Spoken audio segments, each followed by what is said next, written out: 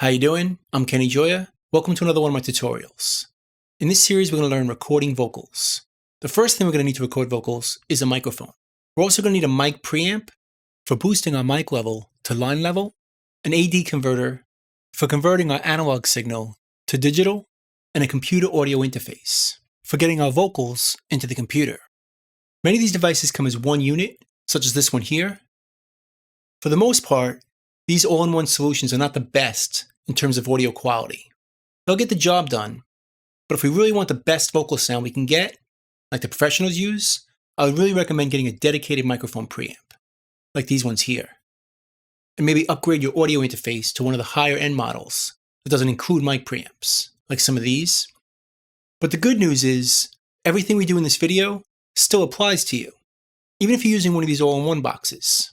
The techniques are still the same, but the results will be a bit better with higher-end equipment, especially a dedicated mic preamp. Also, if your budget allows, consider buying some other high-end analog gear for your front end, like an outboard EQ, like these, and an outboard compressor, like one of these. They tend to sound better than most plugins and get us closer to a finished sound before we even get to the computer, and that's my preferred method. But for our purposes, I'm going to assume that we don't have an outboard EQ or a compressor, so we'll do everything in the box, using plugins, which has its advantages as well. But before we start fiddling with knobs, we have to set up our microphone in front of our singer. The microphone I'm using is a condenser microphone, similar to this one. For the most part, condenser mics have the clearest, brightest tone, which is why they're the most common vocal mic type used. But dynamic mics can also be used, and for certain singers and certain styles, they can be the best possible choice. But I tend to prefer condensers on vocals. It's also important that we use a pop filter or a windscreen to prevent P-pops or other low-end breath noises from affecting the vocal sound. This also keeps the singer back at a good distance, so that the proximity effect, or low-end boost from being very close to the mic, doesn't become exaggerated. I prefer that the singer be about 4 to 6 inches from the mic, so putting the pop filter right in between the mic and the singer at about 2 to 3 inches from the mic tends to keep our singer in the perfect range.